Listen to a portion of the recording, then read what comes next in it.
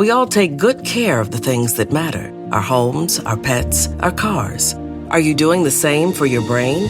Acting early to protect brain health may help reduce the risk of dementia from conditions like Alzheimer's disease. Studies have found that up to 45% of dementia cases may be prevented or delayed by managing risk factors you can change. Make brain health a priority. Ask your doctor about your risk factors and for a cognitive assessment. Learn more at brainhealthmatters.com. Oh, hey, love your shoes. If you're hearing this, this is your sign to try those on. Trust us, you can totally pull them off. In fact, try on every shoe here if you want. We won't stop you. In our house, you've got unlimited freedom to play. And hey, fall is the perfect season to do, wear, be whatever you want. And with tons of shoes that get you at prices that get your budget, we'll give you something to brag about. So go ahead, try them on. Let us surprise you. You can support this podcast at patreon.com/partnersincrimemedia. I'm Rebecca Lavoie, and this is Crime Writers On.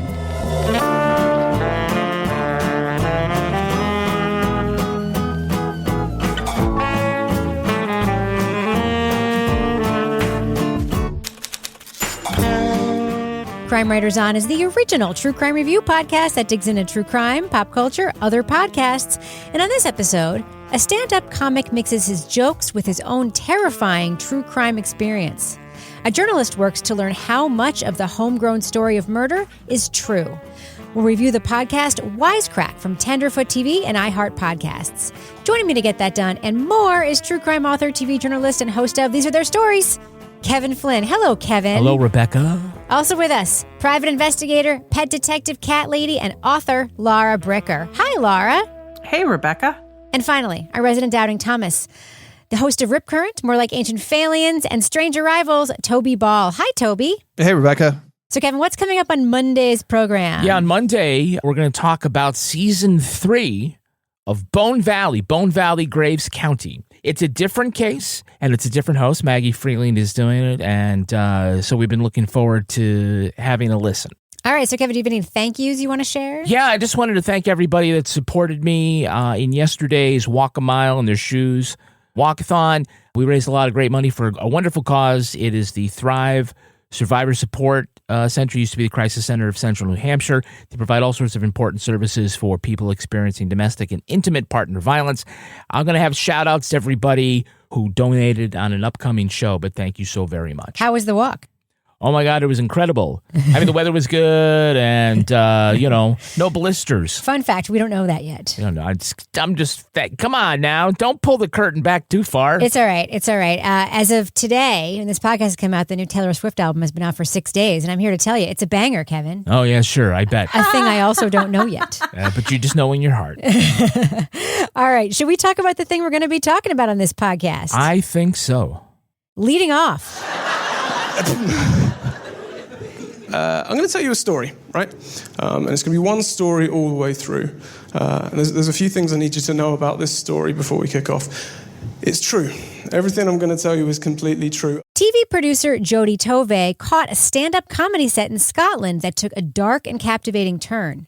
Interwoven with his earnest jokes, comedian Edd Hedges told the terrifying story of how a killer struck his neighborhood and then attempted to get into his house. She's standing at the end of my bed, staring out the window, but I can see from the way the moonlight's hitting her face, she is terrified. More scared than I've ever seen her in my life.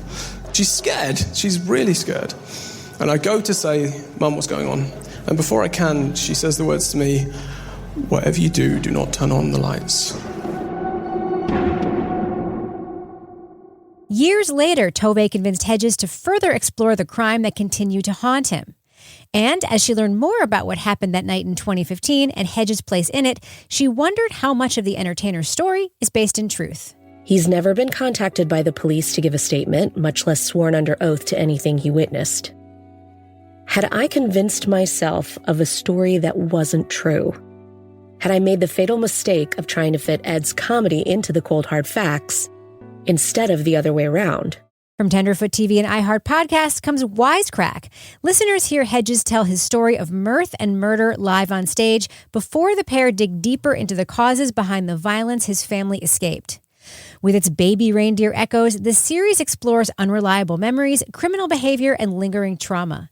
Spoiler alert, we're going to be talking about plot points from Wisecrack. So if you want to remain spoiler-free, go to the estimated time code in our show notes for our thumbs up or thumbs down reviews.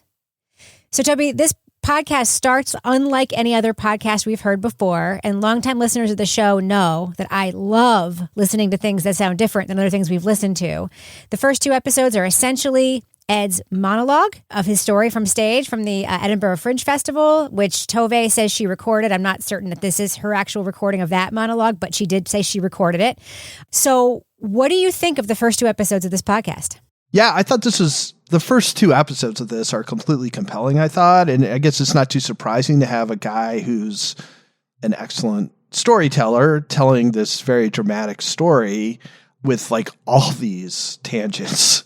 It's just tangent after tangent after tangent, which is what makes it kind of, that's I guess where the comedy kind of comes in. But there's very, very light production, a couple of little things. I would say that when it comes to the point where this, I don't think it's much of a spoiler to say there's a murder that's just like next door, a couple doors down from where this comedian Ed is coming home to see his parents for the first time in years and years and years. And then his parents are freaked out and are telling him to be quiet at night. And then there's a pounding on the door, which they use Foley sound for, which at first I was like, oh boy. But then I think it's actually about as effective a use of that kind of sound as we've heard in a podcast, because it keeps repeating and it really amps up the tension, especially when he's doing these little tangents in the middle of the store and he goes off to something else. And then you come back and there's this like heavy banging again. And you're like, oh shit. Yeah, that's right. There might be a madman coming in. And then I hear the banging. It's coming from the front door. It's the loudest thing I've ever heard in my life. It's literally vibrating up through the banister where I stand at the top of the stairs. That's how he starts off the act, with that sound effect. Oh, he does? Oh, I didn't realize that. That's not in the podcast. Yeah. Well, good for him then. It's genius. So, I thought the first 2 episodes, I was in the car and I was just completely riveted. And it was the kind of like the classic driveway moment where I was like getting close to home and I'm like looking at the thing. I'm like, all right, well, there's 12 minutes left and I'm going to be home in 10 minutes. So I guess I'm just going to hang out in the driveway. But it absolutely was like that. It's just super compelling, I thought. Transparently, this podcast came our way via Donald Albright, the head of Tenderfoot TV. We saw him at a conference this summer, and he told me about it, and he shared the episodes with me.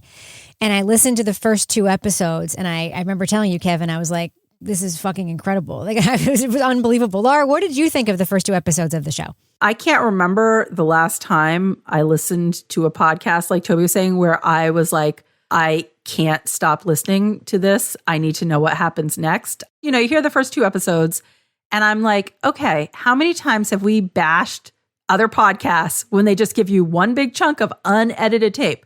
But this is not that situation. This was so compelling to listen to. And the way that suspense was woven into the act, the way that he's talking about his dad at one point, when he starts talking about the dad only having 8 fingers and like, don't answer the door. I was like, and then the police are like, we know what this is about. I'm like, oh, his dad's in the witness protection program and he was a killer. And that's why he's got 8 fingers. It's like a campfire story. And I'm just waiting. I'm like, oh, what's next? And I don't know when I last listened to something like this where I literally binged the entire thing as fast as I could. Yeah. His mom also was selling meth to local ladies, that was right? Fantastic. Unintentionally, yeah. That was a great diversion too. Yeah, I mean, I think this is an outstanding podcast, particularly those first 2 episodes. And it's funny, like you said, Rebecca, you listened to those first 2 episodes and then you had to take a break, and it was kind of like, oh, okay, well, where is this going to go to here? I was scared to go on. But you're right. You're like, okay, so what are you going to do? But I, before we, talk about the rest of it, I will tell everybody that if you do nothing, listen to these first 2 episodes. And if you are a 1.5 speed person, do not do that. Don't do it. Put it at 1 speed, get all the timing, drink it in the way it's presented. I think it's funny, it's moving, it's scary at the same time. It's a real achievement. I definitely understand why she went back the second night to listen to it again. But I mean, as someone who's an onstage performer, the way he tells the story, it's mesmerizing. He knows how to work a crowd. And then like by the time you get to the reveal. Big spoiler. Well, we are in the spoiler I know, phase. I just want to warn people again. Okay, look it. If you haven't listened and you don't want to be spoiled, stop now, run away, come back. All right. So when he reveals that it was the bully who was the murderer, and we hear that moment twice, in the beginning and then at the end of the series where he's revised it, each time you can hear the audience gasp. You can hear them talking. You can hear the moment, the shock in the audience.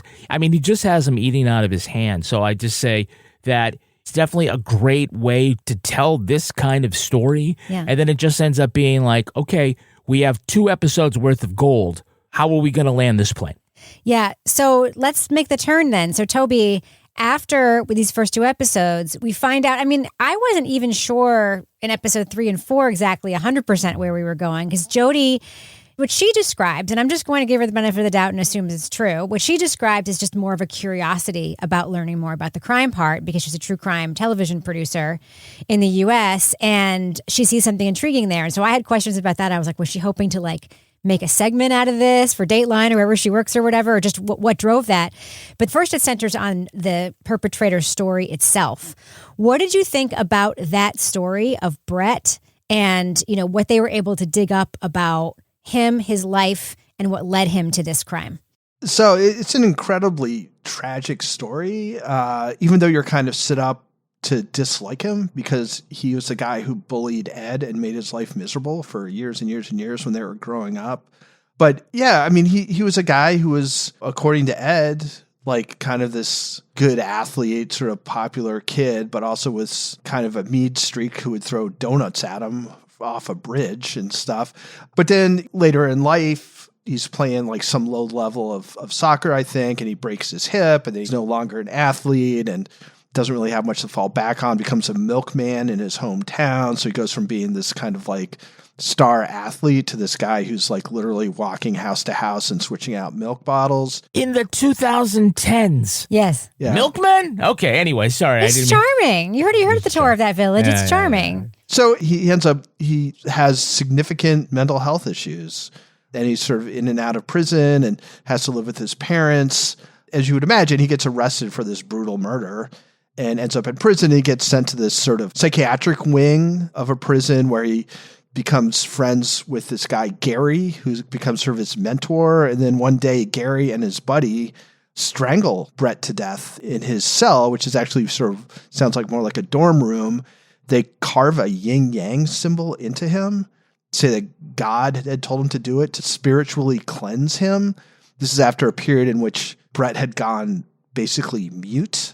It's an awful, awful story. And we can talk later about whether Ed really sort of comes to terms with it in a way that makes any kind of sense. But that's part of, I think, the tension following these first 2 episodes in which you have this sort of like horror movie type story, is that when you find out what the actual sort of backstory behind the antagonist is, it's a lot more complicated and a lot sadder than sort of this simple setup that's used in his monologue. And I guess, part of the question I think for me is, what does this mean? Right? Like, what are we supposed to make of this as compared to the monologue? And that's not a criticism of the podcast. I mean, I think that's part of what makes the podcast really interesting, is that it's like, what is this all about? Yeah, and I think that there's some red herrings about what it's all about throughout. One thing I wanted to ask you about, Laura, was the relationship between Ed and Jodi, the host. One of my favorite scenes in the podcast is when she flies to England and he's driving her through his town. And he's just describing the town. And he's like, that's the least authentic Chinese restaurant in the world. It's owned by a guy named Kevin. What are you laughing at my village for? I'm not laughing. I mean, I am laughing. Of the 6 businesses, 3 of them are pubs. Yeah. Oh, here's a person. Well, That's Tony. That's the carpenter my dad used to work for. that really is Tony. That's That Tony. person, the Yeah. one person we Yeah. just saw. And you kind of get the sense of his unease, sort of opening this can of worms with her. And that was unease he had kind of all along. And he's not a reluctant participant. That's the whole thing. There's this great moment, I think it's episode 3 or 4, where he does the intro to the previously on the podcast. And so it's clear that this isn't just about him and then something's going to happen and we're never going to hear from him again. So there is a partnership of sorts here, but it's awkward and he's not 100% on board with it. They lose communication for long periods of time at a time, right? Right. Yeah. In the beginning, I thought that was kind of interesting. You hear about her immediately, like, I've got to talk to this guy. They're going to meet for a drink. he's like, doesn't show up. And then she sneak attacks him the next night, which is totally something I would do. It's things I have done. 100%. Somebody thought I was the child support police this week. I was like, no, I'm just me. But she sneak attacks him. She gets his number and then doesn't hear from him for 2 years. And when he finally gets back to her, he's like, quote, pissed drunk. And the reason that sounds like he's willing to kind of come forward at that point is because the word is out that Brett is dead. Or I don't know if he knew Brett was dead, but at that point, Brett was dead. So I was trying to figure out, okay, what is the angle going to be going forward from that point, from when he, reaches out to her and agrees to speak with her? I'm like, how can you top those 2 episodes of his monologue? And I'm thinking, okay, maybe this is going to be something about how people are able to use comedy and oral storytelling to process complex trauma, or like how it's unique that we're using comedy to talk about something like this, because this is not the typical topic of a comedy. So I'm like, where is this going? Where is this going? And I'm like, this is really kind of becomes the story about Jodi and Edd for me as they're working together. And she's helping to facilitate getting him information about this case that he normally would not have initiated getting on his own, to kind of see. It's almost like a bizarre social experiment that she's doing, in a way of like, what's he going to think about when he knows the whole story about this situation that he thinks he knows about because he's talking about his memory of it. But what about when he gets the full picture? What's going to happen? Yeah, these partnerships are like what really makes these things work, like how the 4 of us come together on Patreon. Just like that. And come up with some of the best content that you can get as a subscription. So Donald, just if you're listening, just so you know you listen to the show regularly, we're doing our business section now where we try to sell you stuff. So Donald, join our Patreon. Yeah, it's pretty cool. You could get in at $5 a month at patreon.com/partnersincrimemedia. You get all sorts of exclusive content like the Crime Writers on After Show.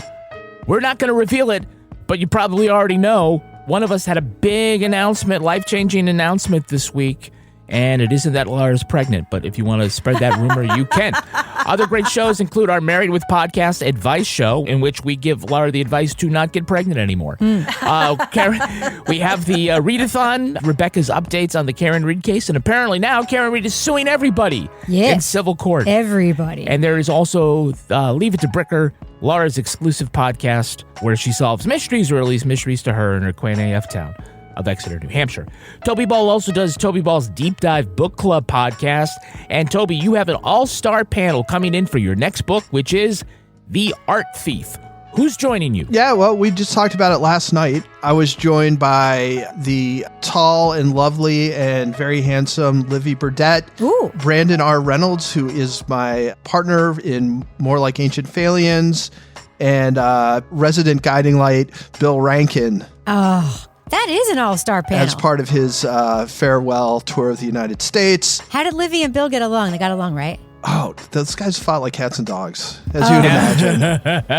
2 prima donnas. I know. It's just, they're tough. They're tough to handle. A bunch of egos in that room. So anyway, check it out. It's an interesting book that feels like the sort of art thief at the center of it feels like somebody from a bad novel, but in fact, he's real. So it's kind of a weird dynamic, but it's an enjoyable, quick read and good discussion. And occasionally we'll throw in an extra bonus podcast of something, like in the feed right now, you can hear Rebecca's discussion on the Ethical True Crime Podcast and how to make one. Oh, that's a while ago. I love that. In 2019, and her guests were, again, an all-star panel. A bunch of losers. Justin Ling, Connie Walker, Natalie Jablonski, and Amber Hunt. Oh, God. The 4 of them have not made anything good ever at all. What a bunch of ragamuffins I got to talk to. Yeah. Now, if you don't want to, spend the money and join us on Patreon, that's fine. Another way you can help us out is by checking out our Amazon storefront, where you can see some of our favorite things when you're shopping on Amazon. Rebecca, what are this week's Amazon recommendations? Kevin, you know what's coming, right? Yeah, I know it's coming. Tiger toes. Tiger toes. What are those? Those are grippy socks for my dog, Stuart, because he's real old, and he does this thing where getting up and down on the wood floors is hard for him, and he slips around. He slips and slides, yeah. He slips and slides a lot. So I bought him this one product, didn't work out. These things that go on his nails, he wouldn't tolerate putting them on. He hates when you touch his feet. But he freaking loves these socks. He just lays there like a doll and lets you put them on him, and then he walks around with all this confidence. Yeah, it's a change. It's a big incredible. change. Yeah. It's incredible. And Toby, what are your listener-inspired Toby Ball's deep cut recommendations? Well, Kevin, today we are taking a trip to the Crime Writers on Spa. We're starting off with the New York Biology Dead Sea Mud Mask for face and body. Spa quality pore reducer for acne, blackheads, and oily skin. Natural skincare for women men, whatever that is. Wow, women men. For women men. And then we have to follow it up. Mad Hippie AHA, don't know what that stands for, exfoliating peel. Lactic and glycolic acid peel. Yeah. Goji berry peptides, hyaluronic acid, and niacinamide discoloration correcting serum. Wow. AN. The only thing it's missing is retinol and vitamin C. They got all the acids in there. Well, it looked like there's going to be an and then something else, but they ran out of room on the thing. Maybe that's retinol. They don't need to add anything more to that I peel. put It's all got that everything. shit on my face. It really works. Now remember to shop us at Amazon.com/shop/Crime Writers On. We earn commissions on qualified purchases. All right, Kevin, before we wrap up this business section, do we have any Patreon patron saints of the week? Our Patreon patron saints are Ben Collins and Stacy Larson. Bless you. Bless you, Ben and Stacy. Thank you so much for supporting this podcast. Tell your friends to do it too, because your support means everything to us. It's how we are able to do what we do. And if you like the show and want it to continue, joining our Patreon is one of the best ways to let us know. All right, Kevin, does thus end our business section? Thus ends the business section. Let's fade that music out. So, Kevin, do we have a sponsor for this program? We absolutely do. It's our friend from Hello Fresh. Hello Fresh. Hola Fresco. Hey, Hello. fall is here, and so with the cooler nights, you know what that means? You want hearty meals. Yep.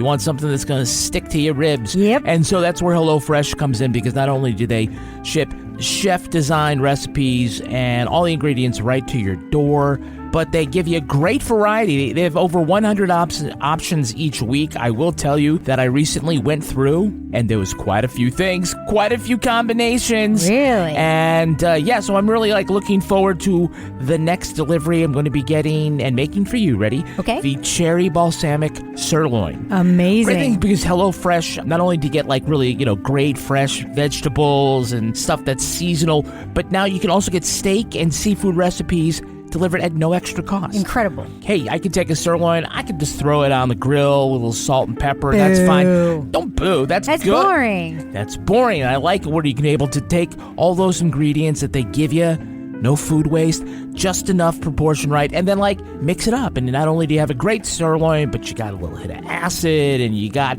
some sweetness to it, and that makes it all yummy, yummy. The best way to cook just got better. Go to HelloFresh.com/CWO10FM. CWO10FM. Now to get 10 free meals plus a free item for life. Ah. One per box with active subscription. Free meals applied as discount on first box. New subscribers only. Varies by plan. That's HelloFresh.com/CWO10FM. CWO10FM. To get 10 free meals plus a free item for life. Kevin. Yes. Do we have a sponsor for this program? Yeah, we're brought to you by Rula. Ooh. Mental health care can get complicated, from trying to find the right therapist to dealing with out-of-pocket costs. That's where Rula comes in. They make therapy easy and affordable. So you go to their website, and you can get started in 4 easy steps. What's the first step? Going to their website. Okay. Okay, but then the real first step? All right. Tell us what's important. That is the best. They want to know, okay, tell us about yourself. How can we help you? I know what I would say. Is it don't look at me. It's depression, coping skills, impulsivity. That's where you're going to start. Second step, you can explore your matches. They have all sorts of licensed therapists. I'm not saying you're swiping right, but it's kind of like that. Find somebody that really works with you, and then you schedule your visit, and then you go online. And they also take most major insurance plans. Wow. So your average copay is only $15 a session. Thousands have already trusted Rula to support them on their journey toward improved mental health and overall well-being. Head on over to Rula.com/CWO CWO to get started today. After you sign up, they ask you where you heard about them from. please support our show and tell them that our show sent you. Please. Go to rula.com/CWO CWO and take the first step toward better mental health today. You deserve quality care from someone who cares. Kevin. Yes. Who's the next sponsor on this podcast? It's our good friends from Quince. Oh, Kevin, look at me. I'm head to toe Quince today. I'm not kidding. Yeah, I was going to just give it to me. Just give it to me. Just throwing that away. Just throw away it. Okay, it's cooler days, and we just went on a vacation, and you have been spicing up your wardrobe with even more things from Quince. It's the best. I mean, like Kevin, right now I'm literally wearing the cotton shaker sweater in black. Isn't it cute? And the first time I've ever bought jeans from Quince, I bought these wide-legged jeans. Yeah. They are so high quality, and they were like $50, which, if you know women's jeans, you know is a deal for jeans. Their clothes are awesome. I bought so many of their clothes on our vacation. I brought sweaters, I brought dresses, I brought jackets, and I got so many compliments from other people on the ship. And I got compliments yesterday at work because I was also head to toe Quince. Yeah, Mongolian cashmere for $50, premium denim that fits like a dream, and luxe outerwear that you'll wear year after year. You find all your fall staples at Quince. Go to quince.com/crime for free shipping on your order and 365-day returns. Now available in Canada too. Wow. That's QUINCE.com/crime to get free shipping and 365-day returns. Quince.com/crime. So, Kevin, you had a little fake out answer before the business section there, but I have a real question for you. Okay. Because Jodi at one point talks to Edd's old production partner, Sophie, and she says that she stopped working with Edd because she thought he was a liar. And so the podcast goes in this little turn to try to investigate the veracity of Edd's story. What do you think of that? Does it matter? Well, I mean, does it matter is a whole other question, and I think it's a big one, and we should get into it. But I just want to touch on one thing first, which is about being a good red herring. I don't think it's cheap, but to throw it in there, Sophie's claim that not everything Edd says is true, it all of a sudden makes our hero an unreliable narrator. Then when I pressed him on it a tiny bit and said, Edd, how much of this is true? He again became incredibly angry and defensive and started blaming me for all sorts of things. And I remember just thinking, okay, do you know what? I now don't know how much is true at all about him, his life, anything. And it gives us something to be cautious about as we're listening through it. Because remember that Jodi's goal here is to suss out information. And so if the whole thing is we know everything is true and everything's a yes, there's no tension, there's no conflict. It ends up being anticlimactic at the end. If, the answer is everything is true with no nuance. So by putting that in there, it adds a little bit of doubt. Because it's legitimate. She does have some doubt, but it's good for us to kind of wonder about what's up and look at it critically, because we need to do that, not only for the benefit of this investigation, because I will say sort of the investigative part of the podcast, kind of conventional, kind of comes up with some things. I have some criticisms of some of the stuff that is in there that doesn't kind of get resolved. But I think this little bit of misdirection is good, because if everything that he says is true and you believe all of it and it's never refuted, then the end becomes anticlimactic. And so it's a good way of sort of making this tale to keep it exciting. Yeah, so I want to talk a little bit about this with you, Laura, and with you also, Toby. When I listen to David Sedaris tell a story in This American Life, I absolutely assume that not every detail is true. All right, that is the art of storytelling, right? So whether or not it matters that it's true comes up here because this woman, Sophie, is so adamant. She makes him look bad on the podcast for a minute there. But then they end up going to his parents' house to try to confirm. So, Laura, do you think it matters? And what do you think about the look into whether or not it's true? I think in the context of being a comedian, I don't think it matters. You're there for entertainment. You're not there for news, right? So the lens is different. But I think I liked about the way they did this, it added a lot of suspense leading into the trip out to see his parents. And so when you guys were talking about before, when he's giving her Jodi the tour of the town, and he's kind of a little nervous. You're like, oh, he's nervous because he knows that she's going to bust him and that his parents are not going to back up. So it kind of builds the suspense and then keeps you listening as she is speaking to his parents. I woke up first and then I came into you, didn't I? Yeah, so what we've just said and what we're saying now are two different things completely. What do you mean? Well, you just said you woke up, looked out the window, and went back to bed, and now you came No. I went back to you in the bedroom. So... And still throwing some sort of doubts out there about, well, the mother looked at him when she answered this question, and he and the mother share these little looks or whatever, and you're like, oh, because they're giving secret signal to lie, but you're like, no. So I think it is an interesting question in the context of, comedy, because it's like, yeah, that a lot of times you embellish a story to make it more entertaining, but that the basic gist of the story is true. But like I said, you're not going for a news report, you're going for an entertainment report. What do you think, Toby, about this section of the podcast? That whole thing with Sophie seemed a little misguided, to be honest. Again, he's like a comedian. He's a storyteller, like you were saying before. And I think that's kind of accepted. And it's even like essays that you read, like David Foster Wallace or John Jeremiah Sullivan or stuff. All this stuff isn't reported facts. I mean, they're trying to get to the heart of something rather than report factually on what happened. I think to a certain degree, Ed somewhat draws this on himself because his whole thing is sort of framed with, I'm going to tell 3 lies, but everything else is true. And then he identifies the 3 lies. So we're supposed to assume everything else is true, which is whatever. I mean, I guess that was a way of getting some laughs, but it does, I think, open him up a little bit for a little more scrutiny than he might have otherwise gotten.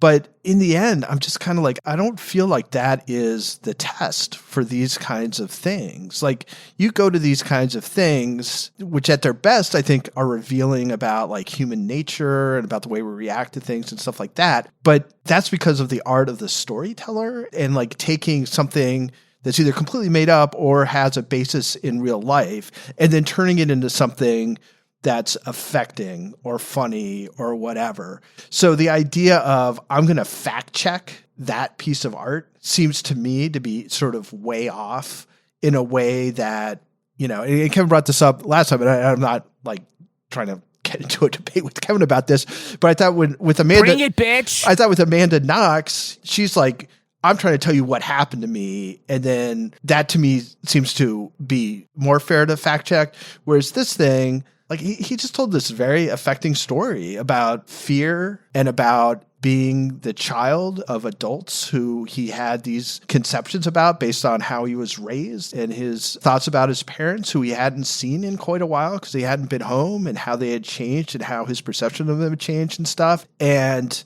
like the exact details of what happened seemed kind of beside the point to these observations and kind of revelations that he gives, and which is so sort of enthralling and in the end moving, I thought. And again, this isn't being critical of the podcast because I think it's interesting stuff to think about. And I appreciate the fact that they brought it up and they don't hit you over the head with it, right? Like you listen to it and you kind of think about it without them trying to walk you through that kind of stuff. So anyway, that was kind of my take. It felt a little bit like tilting at windmills, but it was also interesting. It's also interesting to kind of contemplate on what thing has been embellished.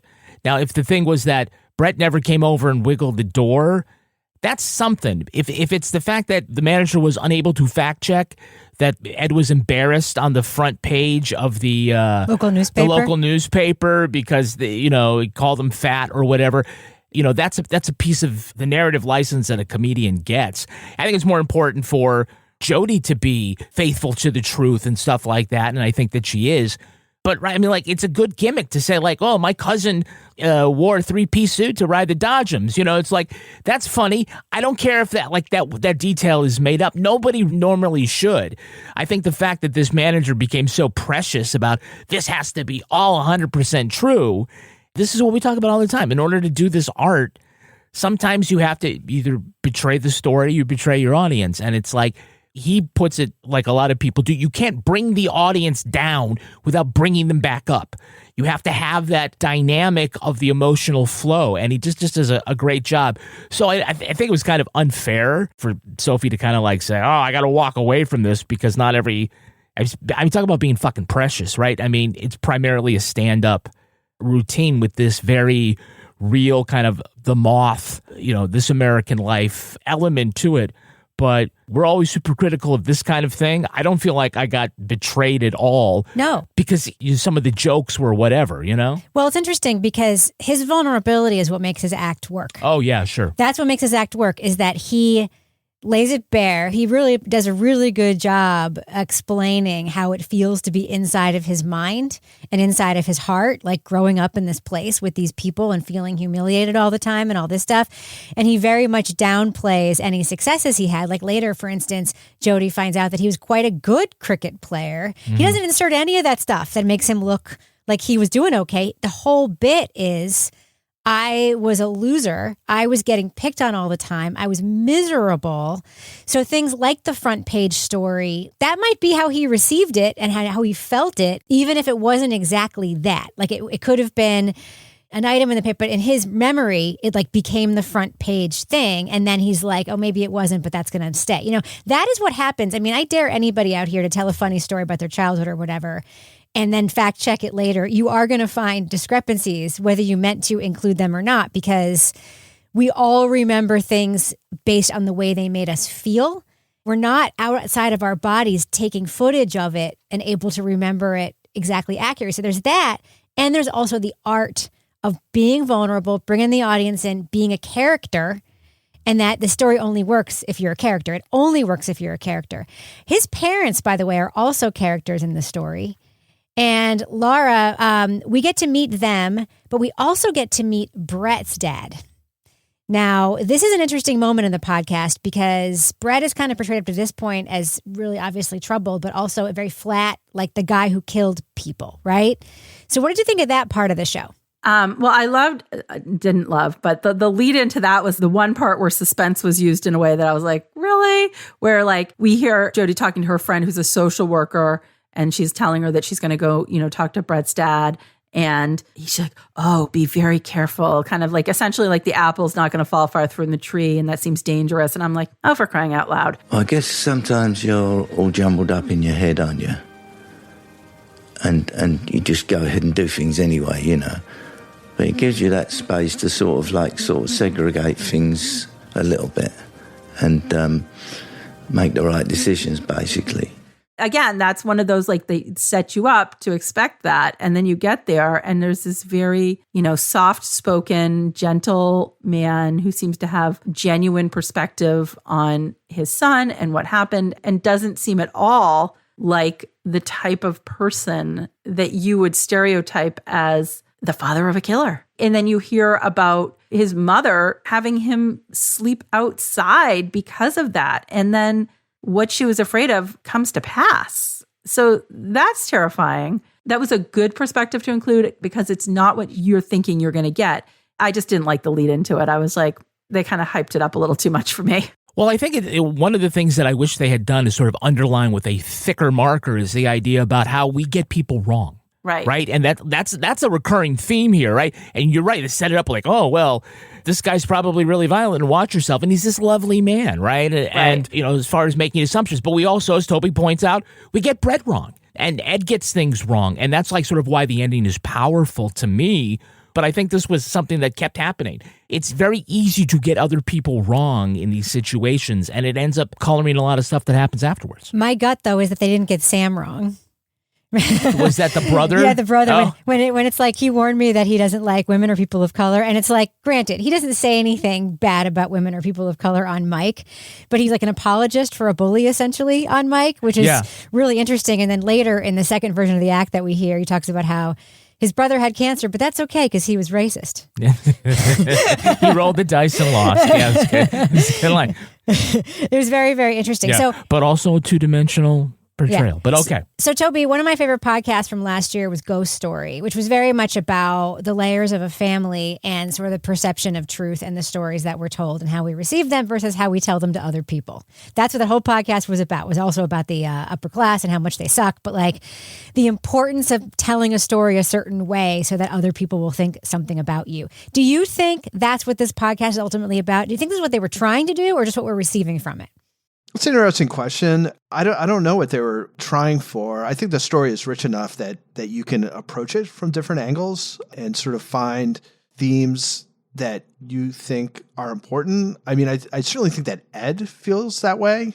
And I think it's actually, the very, very end where Edd he essentially says, that he had come to realize that he didn't have to believe the stories that were told about him, and that he thought that if Brett had maybe not believed the stories that were told about him, meaning Brett, that maybe he'd still be around. And that felt to me to be just tremendously off. Like that left it didn't ruin the podcast for me or anything, but the lesson I got from that was that Brett was seriously mentally ill, and that caused some problems for him. Not that he didn't have some sort of philosophical understanding that what people said about him didn't necessarily define him, and that if he had realized that he wouldn't have done all this stuff.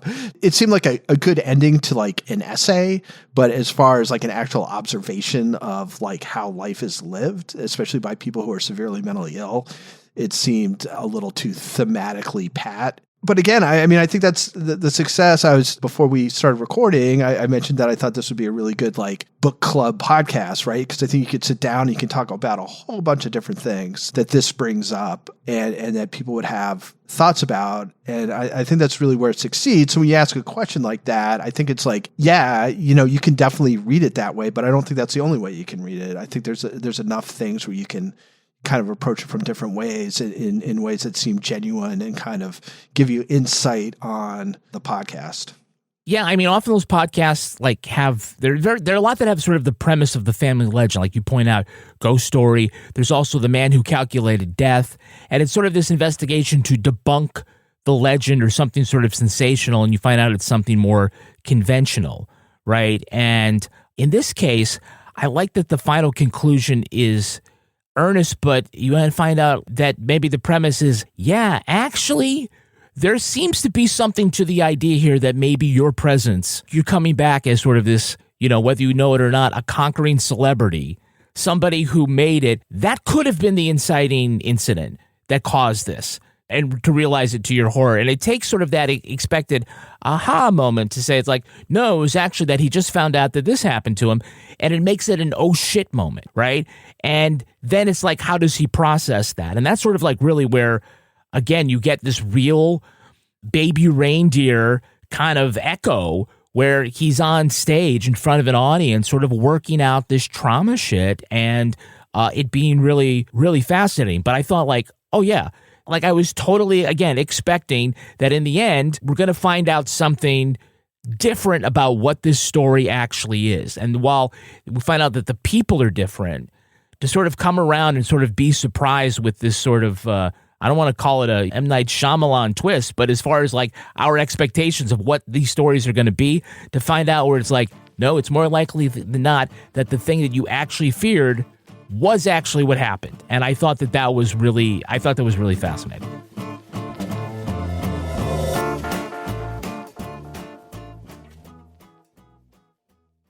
We all take good care of the things that matter. Our homes, our pets, our cars.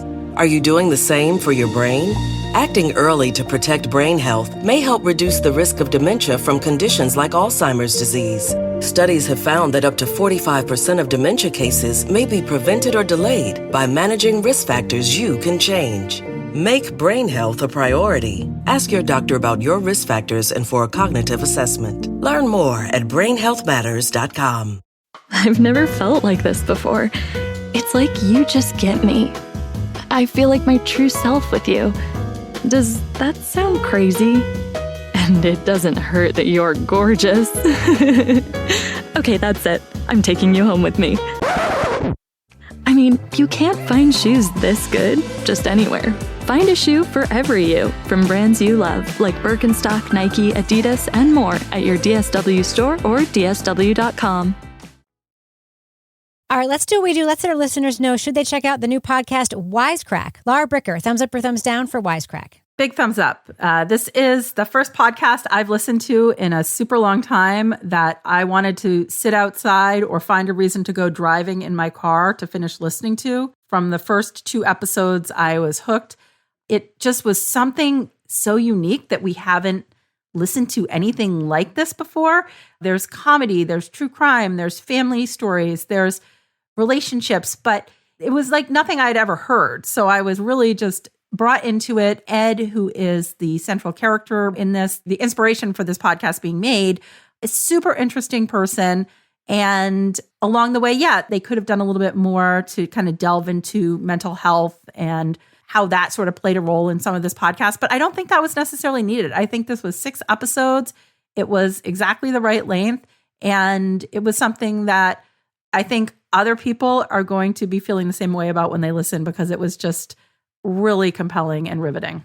Toby Ball, thumbs up or thumbs down for Wisecrack? Yeah, I'm a big thumbs up too. I would say listen to the first 2 episodes, and if you're not completely sucked in by them, maybe bail. But I thought they were as compelling as anything I've heard recently. And then it's not 6 episodes of like that kind of intensity through the whole thing, but what they kind of do with the story afterwards is interesting, and I think is, at least for me, it just had me thinking about a whole bunch of different things at different times. And I think, in some ways, without like having to kind of walk you through it or state, their objectives or whatever, that there's some real kind of profound things to think about as in terms of life and art and stuff like that. I really love this podcast. I rarely listen to a podcast twice, but this might be one of the ones that I might listen to again sometime. But anyway, kudos to everybody involved in this. I thought it was great. Kevin Flynn. Thumbs up, big thumbs up, biggest thumbs up. This was really great. It was something that was unique. We hadn't heard anything like it. And that was riveting. Like you guys, I had my binge moments. I started listening to one episode as I'm trying to go to bed, and I like had to do like 4, and I'm going to fall asleep at some point, and I'm going to miss something. It was totally intoxicating, and the story, the way it's told by Edd, who isn't the host of the podcast, he's the subject of it, yet he's telling this fantastic story that is so compelling and unforgettable, that's funny and vulnerable and terrifying all at once. The fear is, how are they going to like land this plane? Because this is an extraordinary start. Where does this story go? What are we going to do with it? Because it's gold. What are we going to spin this into? And well, sort of the idea of like going out into the world and trying to verify all the facts of this piece of art are fine. It comes up with some interesting things. It opens up a whole bunch of themes. It really does have a fantastic ending where it sort of comes full circle with what's been learned. And I got to say that if you liked the premise of Baby Reindeer, but it was just way too intense for you, well, then the on-stage confessional comic thing here has been perfected, and I liked what it had to say thematically and the entertainment value. So again, big thumbs up. Yeah, this is a big thumbs up for me. There's no doubt it's going to be on the high end of my top 10 list for the year. This podcast it shares DNA with a few things. It shares DNA with another Tenderfoot show that I loved called Dear Alana, which took a weird piece of source material, in that case a journal, and used it as the basis for building a story. This uses a comedy set and use it as the basis for building a story. It shares DNA with Baby Reindeer, as Kevin says, and it also shares DNA, in my opinion, with Ghost Story, a wonderful podcast from a year or two ago, and with my favorite documentary of all time that I think we've ever reviewed on this show, Murder on Middle Beach, which is about the veracity of memory. It's about family ties. It's not exactly the same kind of story, but I found myself thinking again and again when I was listening to this, and the more I think about it, because it is a thinker, I want them to do a live event because I have questions. I have questions that I would love to ask Edd. I'd love to ask Jodi. Like, think about doing a live theater event. I'll moderate it if you want, because I have questions. I really, really do. And Rebecca will fly to the that tiny village. I will fly to the village. I'll fly to Atlanta. I'll do whatever you want. I would love to moderate a panel about this podcast with these people at a conference or at a thing. I don't usually like sell myself this way, but this is what I do, and I would love to do it. I have questions, and I have the kind of questions that are good questions. Like, I want to know more about X. Tell me more about Y. Tell me about the fallout of this. The kind of questions I usually DM a podcast host when I when I want to hear more about what happened after it came out. I have a lot I want to know. Similar to Beyond All Repair a couple years ago. So I love this podcast. It is very rare these days that I get actually excited when I'm listening to something, and I can't wait for other people to hear it. And this is one of those things. And yeah, there's a couple episodes in the middle that sound and feel conventional, but I almost like that because that's like part of Edd's storytelling. Brings you up, brings you down, brings you up, brings you down. And then when you have those moments again where it's new and different, it's like, oh, I actually needed that little bit of a break there. So yeah, big thumbs up for me for Wisecrack. Please listen to it if you haven't and let us know what you think. All right, that's going to do it for us. But before we go, Laura Bricker, do we have a cat of the week this week? So I know, Rebecca, you have been following the Fat Bear contest as you do every year. Mm-hmm. But that is not our cat of the week this week. I'm sorry. Well, it's over. So Fat Bear Week was great this year. Yeah.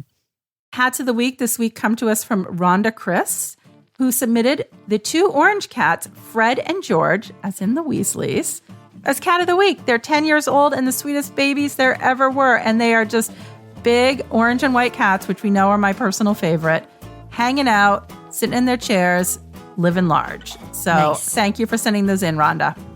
Of course, you can email us at crimewriterson@gmail.com with feedback or to send us your cats of the week, or you can post them on our Facebook group. Lots of people do that. But Laura Bricker, if folks want to say hi to you on social media, how can they find you there? Well, a lot of people slide into my DMs on Instagram at Laura Bricker. Does Lance know about this? They send me their cat of the week nominations that way. And also over on Blue Sky. What about you, Toby? How can you be found? At Toby Ball on H on Blue Sky, at Toby Ball 603 on the Instagram. What about you, Kevin? I'm at Kevin P. Flynn, and P stands for performance art. It does. It really does. You can find me everywhere at Reb Lavoie. I am definitely moving over much more consistently to Blue Sky from the other place because it's better. You can find me on Instagram. You can find me everywhere. So I encourage you, though, to join our incredible community in our official Crime Writers on Facebook discussion group. Find our page. There's a link there to join the group. Get everything we make on Patreon. It's all rad. There's almost 1,000 pieces of content there, Kevin. Patreon.com/partnersincrimemedia. Our theme song was composed and performed by Ty Gibbons, and our editor is the wonderful Brooklynite, Livy Burdett. The EP of this show is Kevin. This show was recorded in Studio C, the closet in our New Hampshire basement, where we also have installed the doorknob upside down. Actually, I think that's true. I really do. It was on purpose. I mean, the light fixture is. On behalf of all the crime writers, thanks so much for listening. We will catch you later. Our Patreon patron saints are Ben Collins and Stacy Larson. I was going to make a Stacy's mom reference, but so was I. But take some explaining.